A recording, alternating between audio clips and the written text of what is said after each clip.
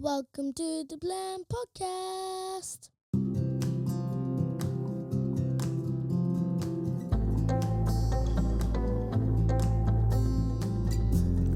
Hey there, and welcome back to the Blend Podcast. Glad to have you with us. Today we get to speak to Katie and Baxter, who started Dog Friendly Percher, Missing Pets Percher, a conversation that crosses mental health, dogs, hope, and this new online world of connectivity. Again, we're recording in the cafe, so a bit of background noise. Some of it caused by Baxter trying to be quiet and eating his dog treat in the background, but he was well behaved. Gather around the campfire and have a listen. Welcome to the podcast, Katie. Oh, thank you for inviting us. It's lovely to have you, and it's you've been on my A-list for a while, and a welcome as well, Baxter. If you don't know, Baxter is a wee little, what type of dog is he? He's a Lhasa Apso. Lhasa Apso, that's joining us in this podcast, and he's very much part of the story. So It wouldn't be dog friendly without Baxter. How do you like your coffee? Lattes or toffee nut macchiatos here. I've got a bit of a sweet tooth, so they're the favourites. It's been interesting realizing, that people have this sort of treat coffee and then a standard coffee in their life. Yes, that's definitely the way it is, like my treat coffee. No, great. And you've been coming to us for how long? Oh, quite a while now, at least 3 years, if not longer, I think. Really? Yeah, so quite a long time.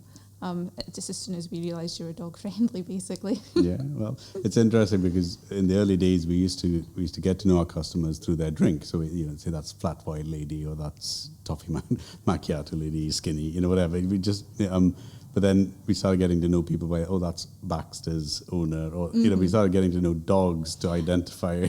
Oh, you definitely do. You get such regular dogs that come to Blend, and it's like that when we visit. We're like, oh, that's such and such mum, or there's such and such dad. You totally know the dog owners as well now every time you visit. So tell me your story. Tell me your journey. How did you get here? How did you come across us? We just heard from a fellow dog owner that you welcome dogs, and we just kind of had to check you out because we love coffee, we love dogs, we love cake. So the perfect combination perfect combination here, to be quite honest. The perfect storm, absolutely. Coffee, dog, and cake, right? Yep. Yes, ticks all boxes. And why?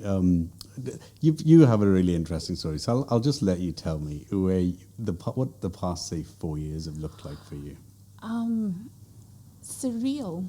I think that's the best way I can describe it. I never thought when I started up Dog Friendly Percher it would get to where it is today. It just started out as it was like a positive outlet for me. I think that's the best way I can describe it. It was just a way to share just mine and Baxter's adventures, and it was my little bit of positivity and kind of putting it out there. It just felt good for me in a sense. Can I backtrack you a little? What is Dog Friendly Percher for those who are listening? Yeah, it's just celebrating everything that welcomes dogs in Perth and Kinross. It's the dog friendly cafes, the restaurants, the pubs, the accommodation. It's all the beautiful walks we've got. The scenic Perthshire countryside. It's just celebrating.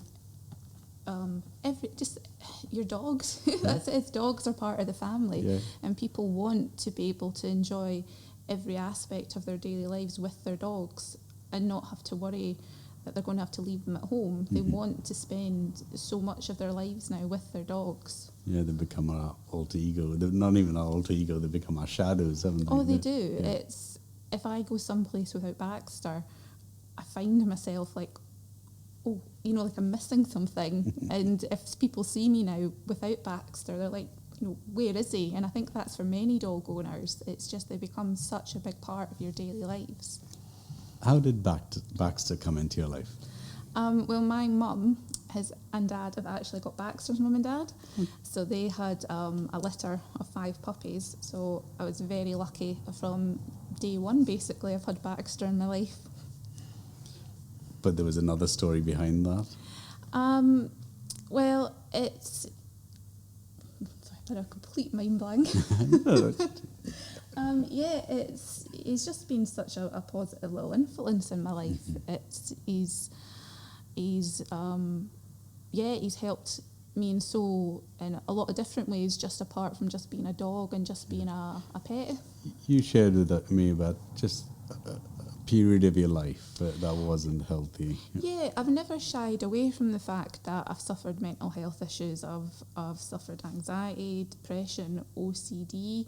My mind at times has been in a very dark place, and I would struggle to leave the house. I didn't want to socialise with anybody. I was very withdrawn, and I was someone I think who'd very good at hiding it though. When I did speak to people, I could put the smile on my face, but behind it I was really struggling. And I didn't want to visit places, to be quite honest. I would rather just be my own company. But having Baxter, it was like this new responsibility, and I would have to go for walks with him. And when you've got a dog, everyone wants to speak to you, especially if you've got a little fluffy puppy.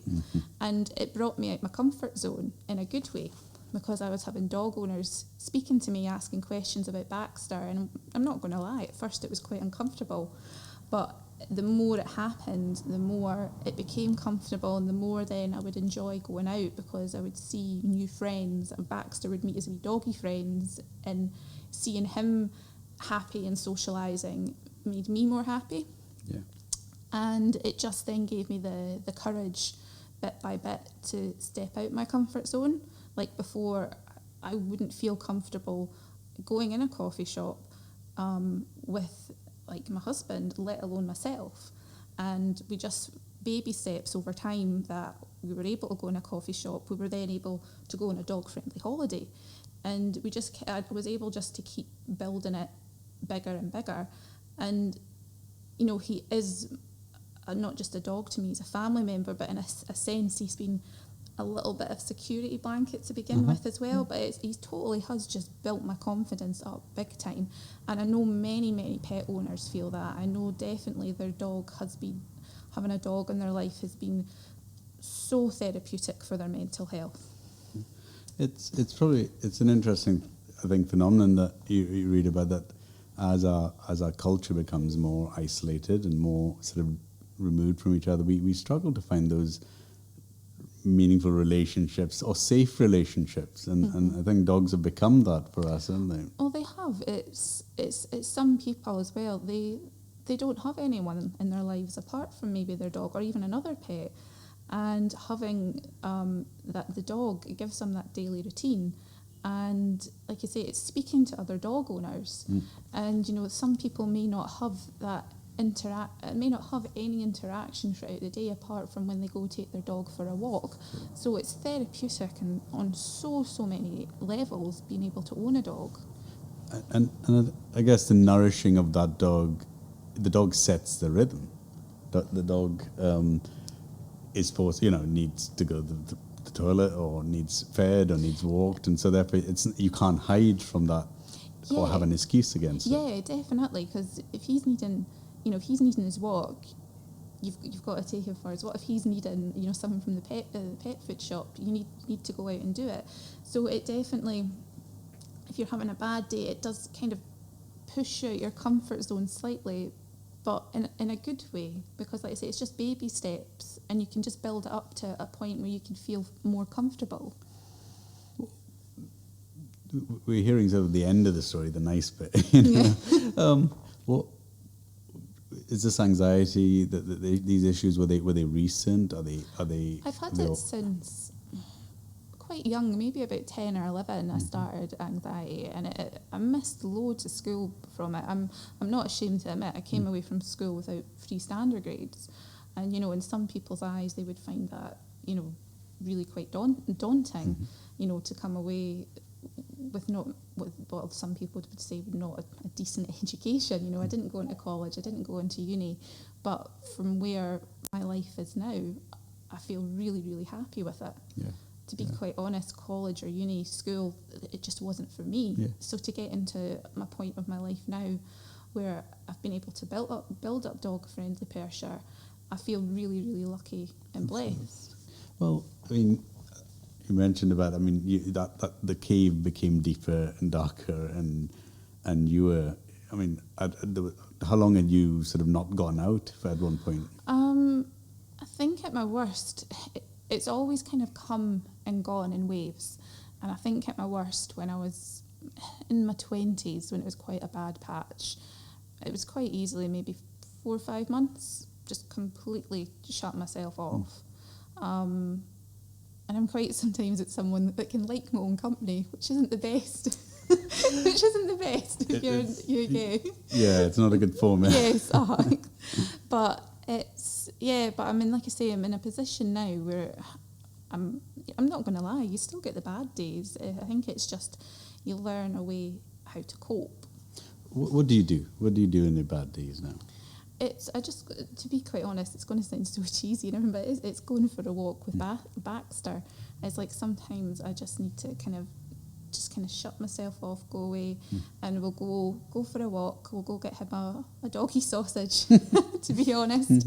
We'll go someplace where there's a big grassy area for him to run around, and that is my kind of therapeutic. It's a change of perspective, I suppose. If it goes from the me space and my issues and things I'm dealing with to something that you're saying, well, actually, what does this dog need? How can I nurture it, look after it? And in that sort of altruistic space, it helps you as well, because you're not focusing on you then into that. Yeah. I mean, how, for someone listening right now, it's what is this anxiety? What do people feel? Because the reality is most of us are hiding it in some way. You're not noticing. It's not obvious. It's something we don't put out there. But what does it? How does it manifest? What does it make you? Feel or I think the way that I can describe it is, some people when they get excited, they feel the butterflies in their stomach.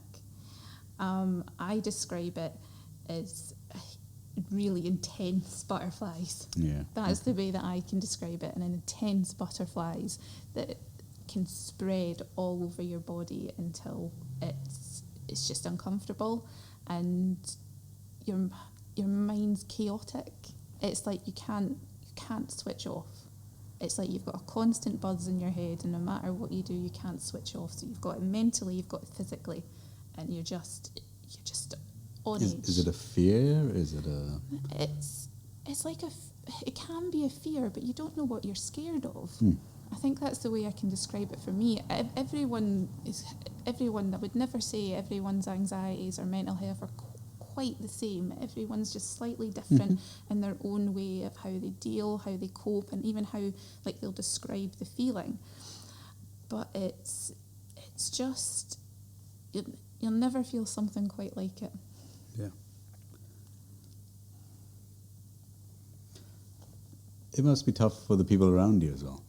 It is, and I can still consider myself one of the lucky ones, because my family throughout the years have been incredibly, incredibly supportive. My husband, he's been amazing throughout the years. I've got lucky that I've got, really, really close friends. And like I say, I always consider myself, I've been one of the lucky ones to have that friends and family network around me that have always been really incredibly understanding. If I'm having a bad day, I can say, I really I'm not having a good day, and I know that they won't judge me at all. I can just openly say I'm struggling just now, and they're just like, okay, you kind of do what you need to do to kind of cope with that. So someone right now who's got a family member who has anxiety or what would your advice be to them? Just listen to them and ask them what they need.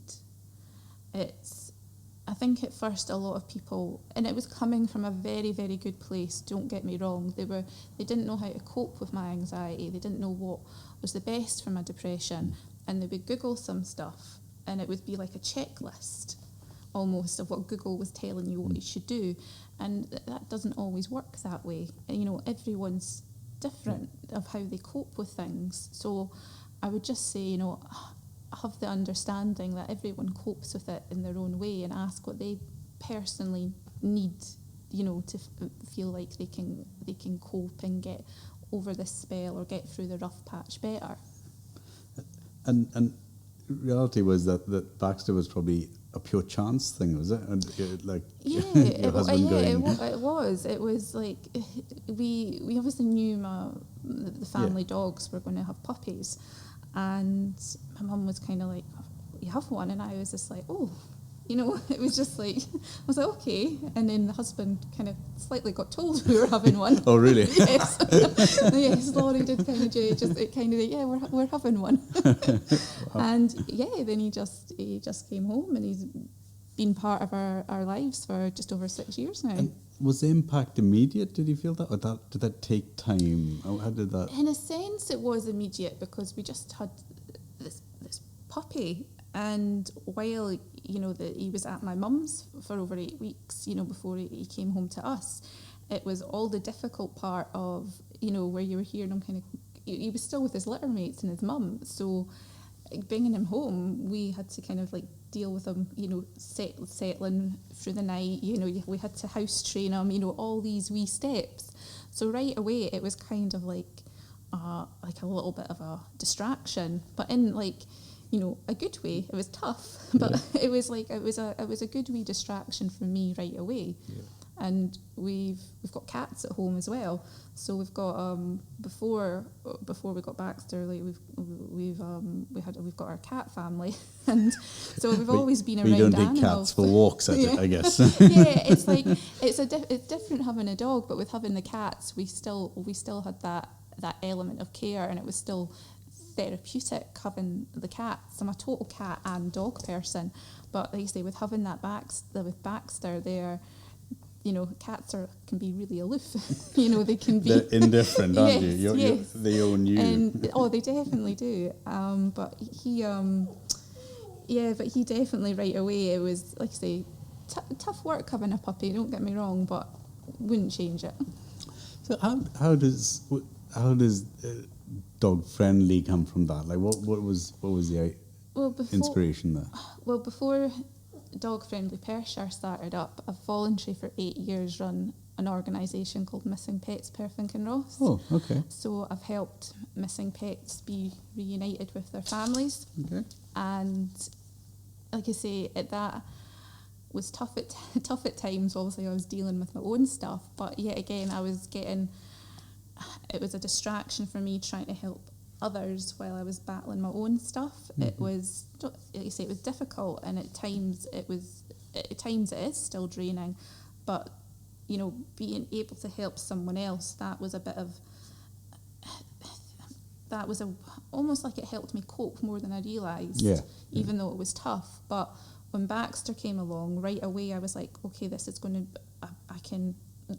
I've got something positive I can completely kind of focus on, more than the kind of like the tough side of missing pets. Yeah. I've got the positive side where I can post about Baxter's and Baxter's adventures, and that can be my outlet. So was it a blog initially? I mean, is that how it started? Yeah, it was kind of like we kind of post about where I'd been with Baxter, you know, if we'd visited someplace dog friendly, and then really rapidly it grew. Was this on Facebook? Yeah, we just started on Facebook to begin with. Who's we? I say just you and Baxter. Sorry, just in case it was. Just me and Baxter. And so it grew. Like I say, it grew really, really quickly because people were starting to ask where else was dog friendly. And people are saying, we're coming to, Crieff for the day, or we're coming for Pitlochry, do you know any places there? So I was trying to research and get kind of little lists together. And then people are asking, okay, if we're going here for a holiday, do you know where there's walks nearby? So like I say, it really it quickly grew more than I could. What sort of numbers? Imagine. Like, what was it? Well, I think we're at about 21,000 just now. And we have, sometimes on our busy weeks, we have like, when you go on like the Facebook analytics side, we've got about maybe 400,000 hits to the Facebook page alone a week. So here's a socially anxious person who doesn't like interacting with the world, has 400,000 people that you're connected to. It's like sometimes when I look amazing. into it, when we've had a busy week and I see how many people, we've reached, I'm like, that's so cool. Yeah. That's so powerful and influential. But it's just kind of like, it's nice to me seeing like people are seeing Baxter's story, if that makes a sense. It kind of makes me happy if he's making someone happy even just a little bit. Yeah. This is so cool. And does it get too much? Not too much nowadays. Sometimes, I've been always very honest on missing pets and dog-friendly Pershire. If I'm having a bad day or like a bad week, and like I say, it's just to explain, because I think a lot of people can tell sometimes if if your head's not in the right place or your heart's not right in it. Even just over Facebook, if you're typing something, I think some people can tell if it's the tone. when your heart's in it, and whether if it's just slightly robotic. So some days if it's too bad or I just feel that a little bit overwhelmed, I just kind of put a post up and say, look, things are a little bit tough. If I'm not myself, I'm just having a wee bad spell, we'll be back. We'll be back to how we are soon. Nice. And everyone's always been very incredibly supportive of that. And and like I say, I'm a believer that you should, if you are struggling, just say it. You shouldn't be scared just to say if you're struggling a wee bit. What part did Blend play in those early days for you? Well, Blend was like the first place we came with Baxter. So it was the first dog-friendly coffee shop we came to. And it was the first place I felt confident to kind of come on my own, because we, like say, me, Baxter and my husband Laurie, the three of us would come together, and there's just such a nice, relaxed atmosphere, and the staff you get to know really well, and then you always meet regulars as well. So it's some place that to me anyway, there just is not that anxiety any time for me to step over the threshold at all. But you did walk past us for a while, you said. I didn't know this sounds so bad. I didn't know if you were dog friendly or not. This sounds so bad, but it is 99% of the places we go to, it's like, is it dog friendly? Yeah, and if it's not, we don't end up going. It does sound bad, but it is just because he is our wee shadow. What was important to you? And I'm asking this really because I think there will be other business owners right now listening to this, and they're unsure about dog friendly. We seem to have a strange fear of hygiene or whatever, with dogs and food and anything. I mean, even a shop, and yet, in continental Europe, dogs are everywhere. Yeah, we are definitely getting a big change in like the past maybe 2-3 years in like Perth alone. There's more and more places that are welcoming dogs, and maybe places which didn't welcome dogs before are seeing like the big impact, the positive impact of welcoming dogs. We would say, like, we may have lost a few customers, and some people certainly don't like dogs and the dog smell, etc. But I mean, it was a really great sort of boost to us when we became dog friendly, and that really came out of our staff, and they love dogs, and it was actually great therapy for them as well, just to have the dogs and that sort of culture you can create. Well, there was like research done a few years ago, and it was showing that that dog owners, they're one of the most loyal customers you can have. You'll get repeat business from them. It was saying during the recession, it was one of the only things that didn't go down was like people spending money on their dogs and their pets. And it was another thing. It was like showing that if you work in a dog friendly environment, it boosts like staff morale, and for customers as well, there's more interaction between customers. Yeah. One of the things I think is what happens with dogs is if you and I were walking across each other in, say, a woodland, as we approach, you would feel anxious about me, and I wouldn't know about you because we would be two strangers in an unknown place, walking past. And I think there's a huge difference. If one of us had a dog, immediately you change your sort of analysis of that person, whether it was you or me. Now, if we both have dogs, I think there's something, it just creates a safe zone between strangers. It's a complete icebreaker almost at having a dog. We've gone on so many walks where we probably wouldn't speak to someone if they didn't have a dog when they passed, and we found ourselves speaking to so many people, and we've actually made a lot of friendships from it that we wouldn't probably have had if it wasn't for our dogs. There's almost a psychological safe space they generate in us pets, and I think like it's interesting that when we see customers, you can tell personalities of owners from their dogs, and generally the dogs are better behaved than the owners, most people are quite apologetic about their dogs, if the dog's allowed, etc. But there's almost like this middle ground that's been created in our lives now with dogs, and I've realized that even if you look at health and hygiene legislation, I mean, there's very little that actually doesn't allow us to have animals. No. Pubs for years had a dog lying next to the fireplace. It's literally just as long as a dog doesn't go in the kitchen and lick your steak. I mean, it's just almost as it's as long as they don't go in the kitchen where food is prepped or stored. There is absolutely nothing stopping a dog going in a food establishment, and shops even. There's What are some great places that you're discovering now through your dog friendly, like you've been to see, and what's good dog culture, good dog friendly culture? I quite like holiday accommodation. That's my favourite thing just now. We've stayed in some amazing unique places. We've stayed in a converted train. We've stayed at a woodland lodge that overlooked a beaver dam, and just some beautiful cottages in parts of Perthshire. There's just we live someplace we really are spoiled for choice, that you can come on holiday, you can visit dog friendly shops, restaurants, cafes, and then you've got all the beautiful walks.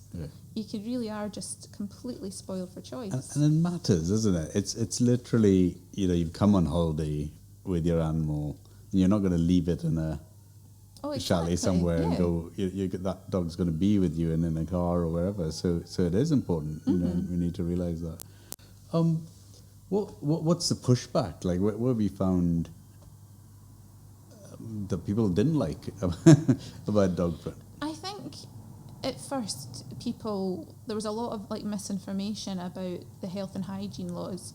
When I first started up, there wasn't massive resilience, but a lot of people were, like I say, was misinformed. They thought point blank if there was somewhere that served food, a dog wasn't allowed in. So there was that, and I think as well they thought, they're going to be barky, they're going to be hairy, people are going to come in with smelly wet dogs, but you don't want to be the owner that's known as having the barky dog. Exactly. I would have to say that 99.9% of dog owners I've come across are extremely responsible. If they know that their dog is in some way not going to be comfortable going in somewhere that's dog friendly, if their dog is barky or even just is uncomfortable around other dogs, they won't bring them in there.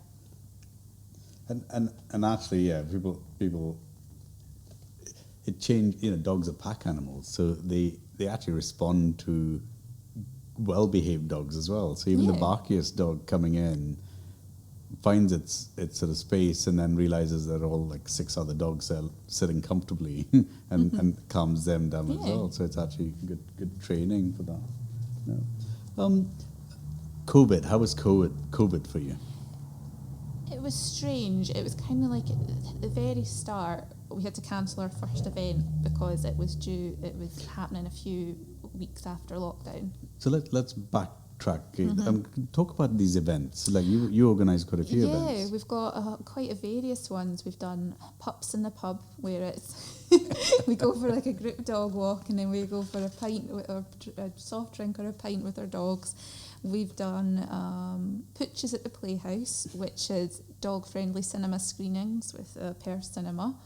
I'm trying to think. We did Puppies and Prosecco, which was our launch party for dog-friendly Pershire. So we had like a little celebratory launch party with, like I say, with Prosecco with our dogs and a few doggy stalls. You're organising all these? Have you got a team? We've done some ourselves, and then we kind of collaborate as well. So I'm trying to think what else. We've done our Barket, which is a market market just for dogs. So we've done that with the Yard, which is based down at Shore Road. And our biggest one so far, which we teamed up with Scone Palace last year, was Paws at the Palace, which is the kind of the biggest outdoor event, especially for dogs in Scotland. So what sort of stuff happens there? This is ideas for other people. Yeah, well, Paws at the Palace, it was like a large selection of doggy stalls. We had agility for dogs. We had a doggy fun show. We had, I'm trying to think, we had a dog parade. So yeah, it was solely aimed as a dog's day out. So the best day out you could have. A dog's day out, I like that. So it was completely aimed for people. You know, every stall was in some way dog related. So so you're not trying to do crufts. You're just sort of saying this. Bring your pooch and have fun. It was lovely, and it was such a laid back day. And we had dogs like from little sausage dogs up to German Shepherds, to Dalmatians, to Newfoundlands. So it was dogs of all, all sizes, all breeds. And you had a dog week. I'm trying to remember what it was called. Yes, it was the run up to Paws at the Palace. So we had like a different doggy event every day. So we had the Craig Cantwell, who was the photographer. We came up here and we had we came to Blend, and we had the pop-up doggy studio where we had the wee photo shoot with dogs. That was so popular. I mean, I think you could do that for weeks and sell out. That sold out within as soon as we announced the opening slots, that sold out within about 15 minutes. 15 minutes to half an hour, and that was it. All the spaces were gone. Converted a part of Blend, made it a dog studio. And it works. Craig's so talented anyway.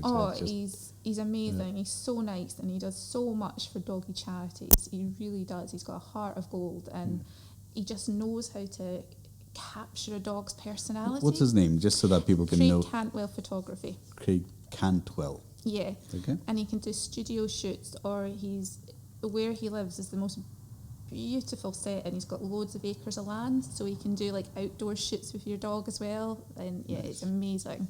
Great.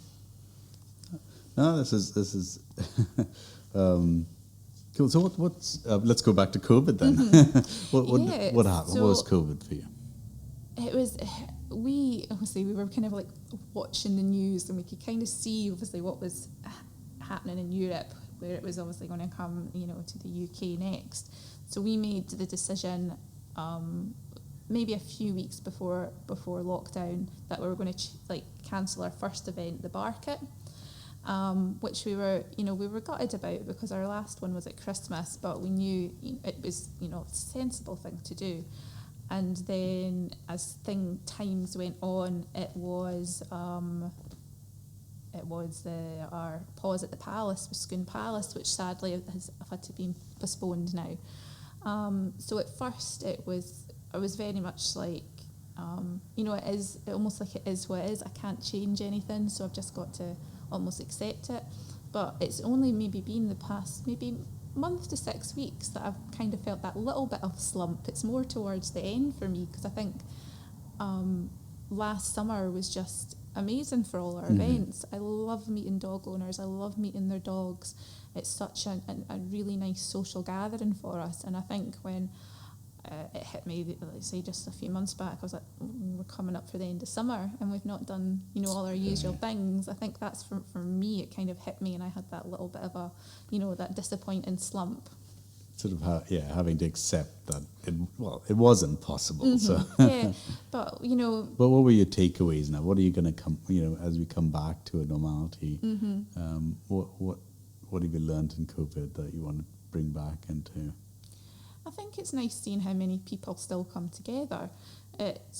we've not been able to socialise in the way which we have. But I did notice, from the posts I put up with going away just for our walks with Baxter, because that's all we could really do during COVID, was that you still had so many people checking in on one another, asking how they were doing, when they were just and they were saying what their dogs had been up to, with how they were coping. And it was just nice, while we couldn't see each other in person, we were still all communicating online. There was a community, an online community. There was such a lovely community. I've got a lot of close friends that I've met in person through Dog Friendly, and then there's people online that I've not met, but they're regulars who always check in and ask how I'm doing, ask how Baxter's doing, and they're so sweet and lovely. And they've commented and liked and interact stuff for years, so it's like I do know them. I can't think of many things that it's we always think of social media as a sort of negative thing. We tone it as a negative thing, but the idea that 21,000 people are connecting with each other as strangers, with the safety barrier of an animal that's very close to them. It's actually it's sort of the new world that we'll go into. I mean, it's almost like we've got to start thinking that our collectives aren't just made up of towns or spaces, high streets. We're talking about the high streets dying, but actually, you're probably one of the most influential, powerful people in Perth at this moment. 400,000 people. It's like how people have got to recognize the power of these social and gathering and connection spaces. Yeah. It's when you say it like that, it just still seems so surreal for me. It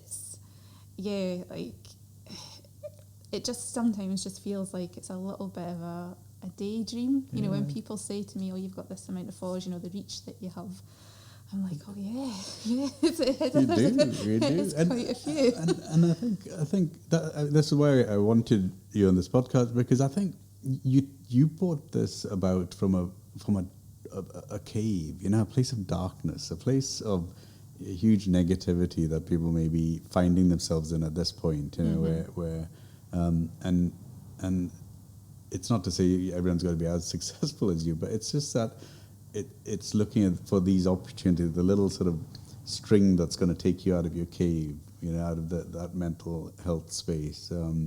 I've been very lucky. Like I say, I've always thanked the people who support the page and follow Baxter. Absolutely every single one of them has been involved into the point that I've been able to reach now.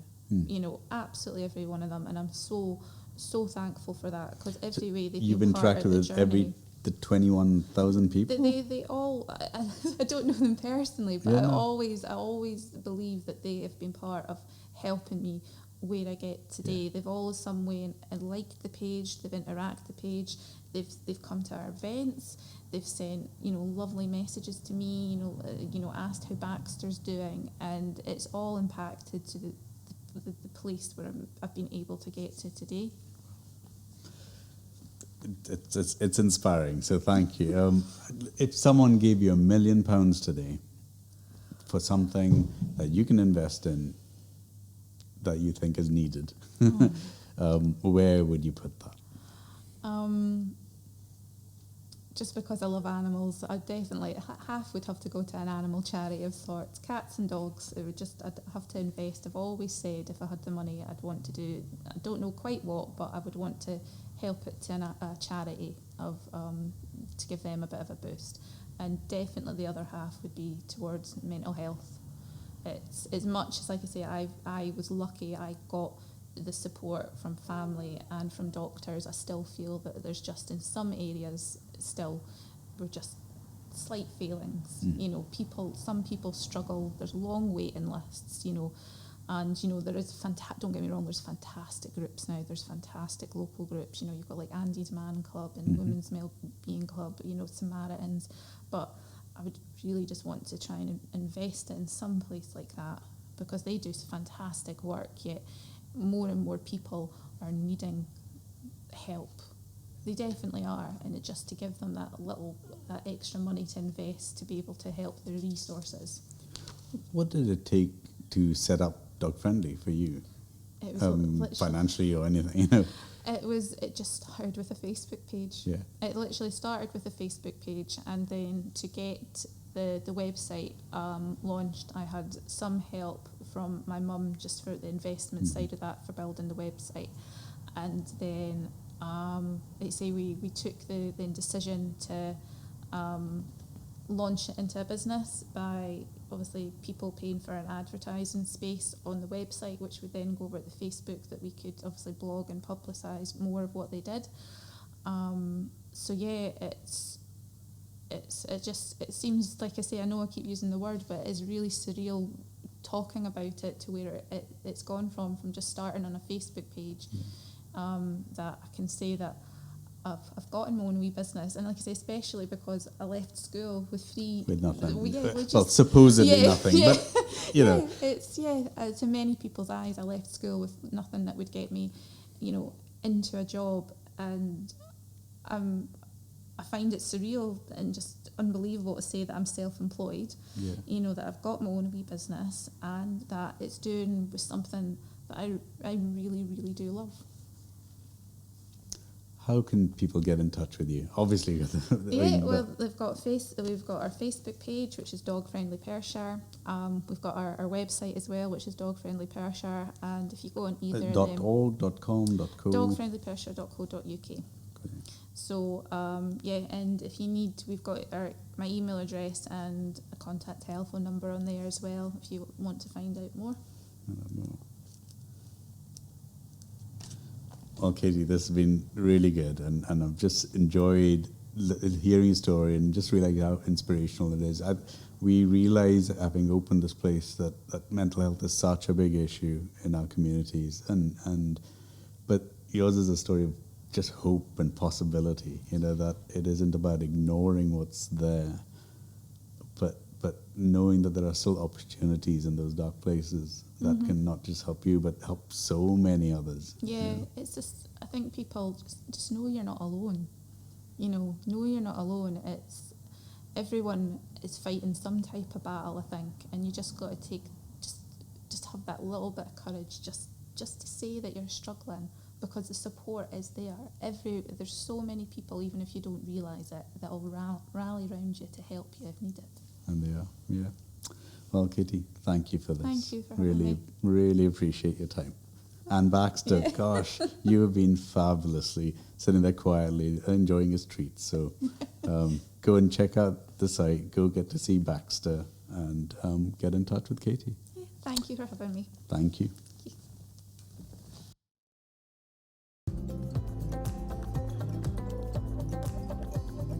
If you've enjoyed this chat and would like to maybe join us, or you know someone who's got an interesting story to share, get in touch.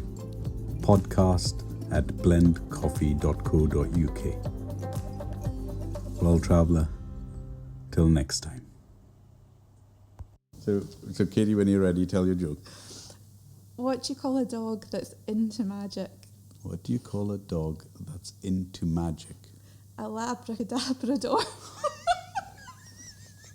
I told you it was bad. Cheerio.